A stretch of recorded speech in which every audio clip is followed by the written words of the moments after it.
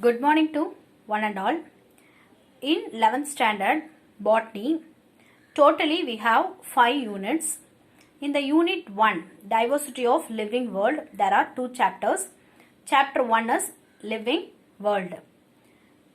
I am going to explain the chapter 1. So now we listen the introduction of this chapter. So we already know about the earth was formed more than 4.6 billion years ago. Okay, it is the life supporting planet, so we called as a earth as a biosphere. So life on earth exists within a complex structure, so called a biosphere.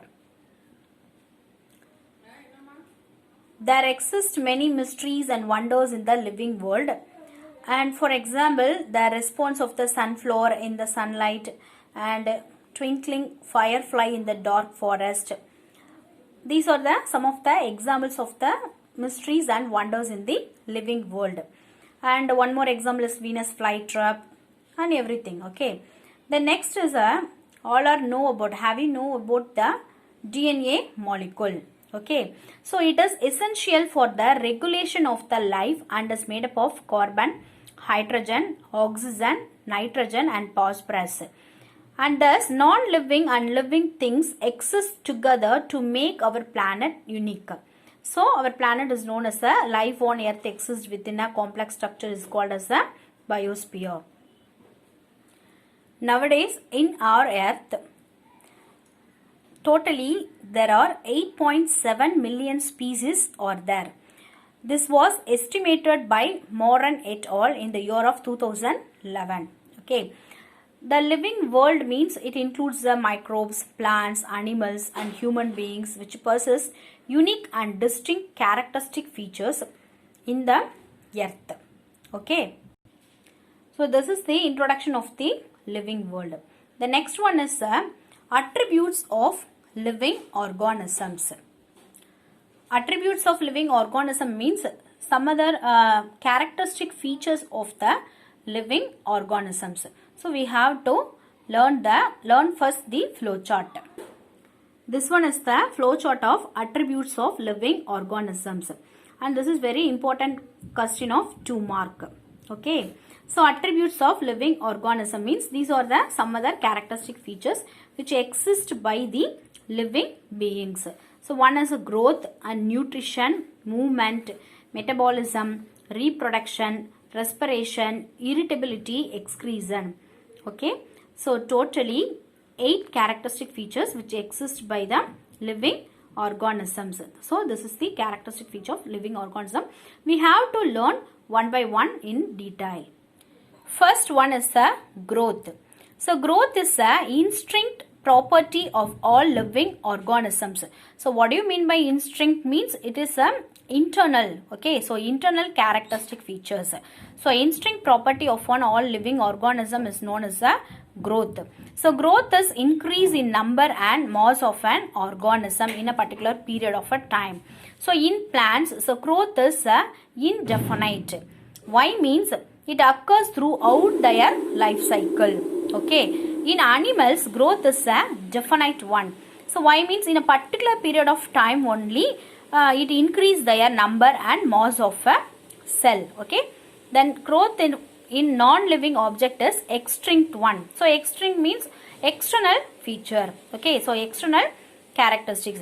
Suppose the mountain become increase their size means so only the some of the sediments which is added on the mountain. So the size of the mountain is increase in a day by day.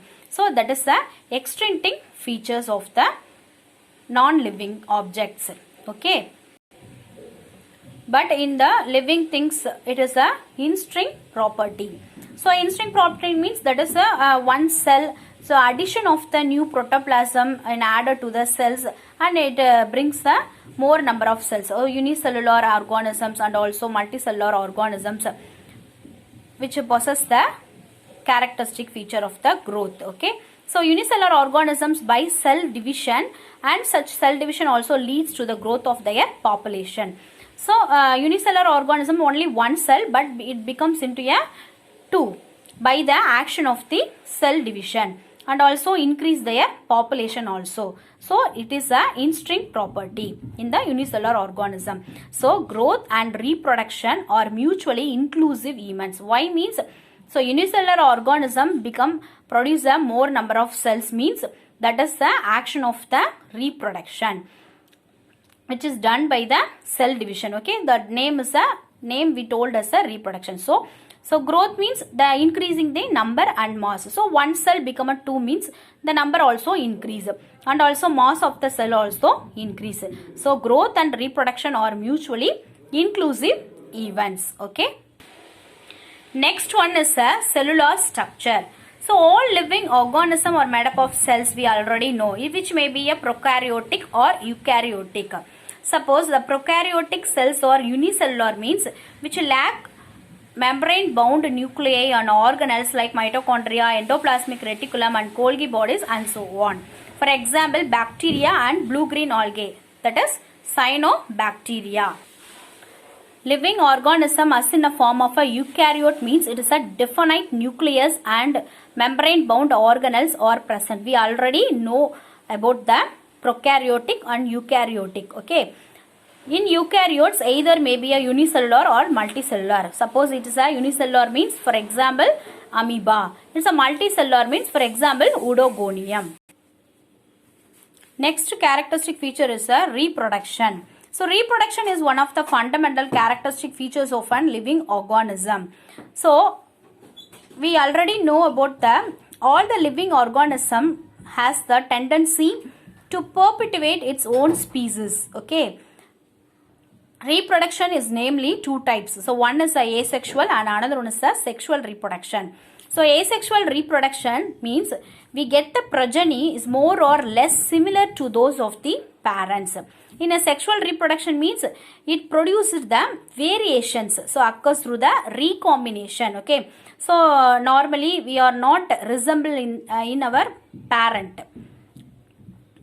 We are not similar or resembles. Some of the characteristics only resemblance, but our face and body structure and color and hair and everything we can get the variations. Okay. So Y means that is a process of recombination. So this is the reproduction.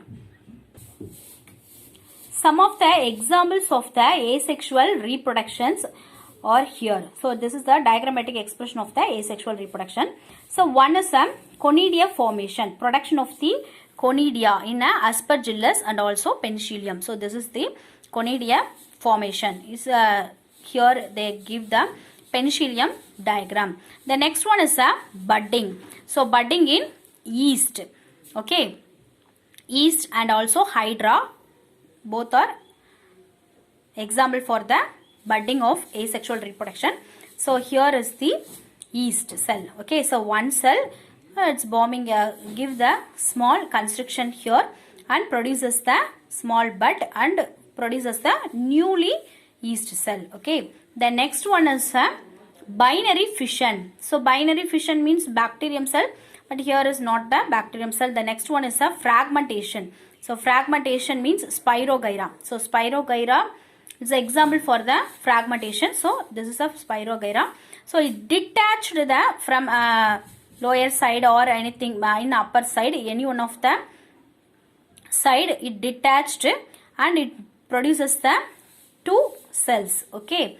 The next one is planaria. Okay, planaria is coming under the regeneration of the asexual reproduction.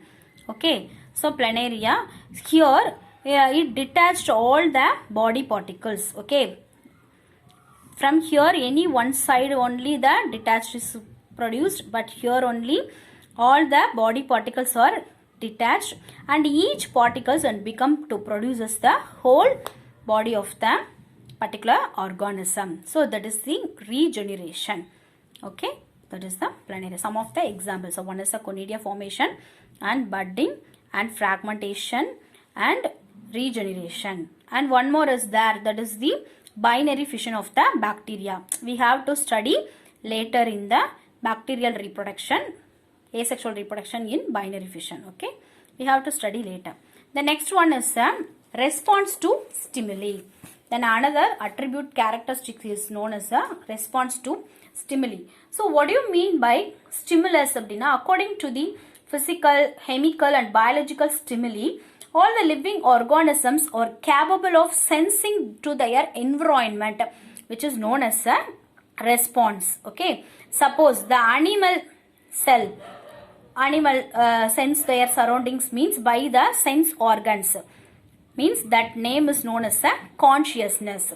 Suppose anything itching or any other disease we can get from them, physical or chemical and biological, means that is a stimulus. It responds to the particular chemicals or physicals and biological. Okay. So by the sense organs, especially our skin, we told. That same characteristic feature which exists in a plant means that plant also produces the sensitivity, means that is known as the irritability. We already know plant also produces the sensitivity. Why? For example is touch me not plant. We have to touch means just they close their leaves. Okay. The touch me not plant is one of the example, and another one is a Venus flytrap. Suppose touch the insect means the Venus flytrap leaves also closed. That is also response to stimuli. Okay. Then next characteristic feature is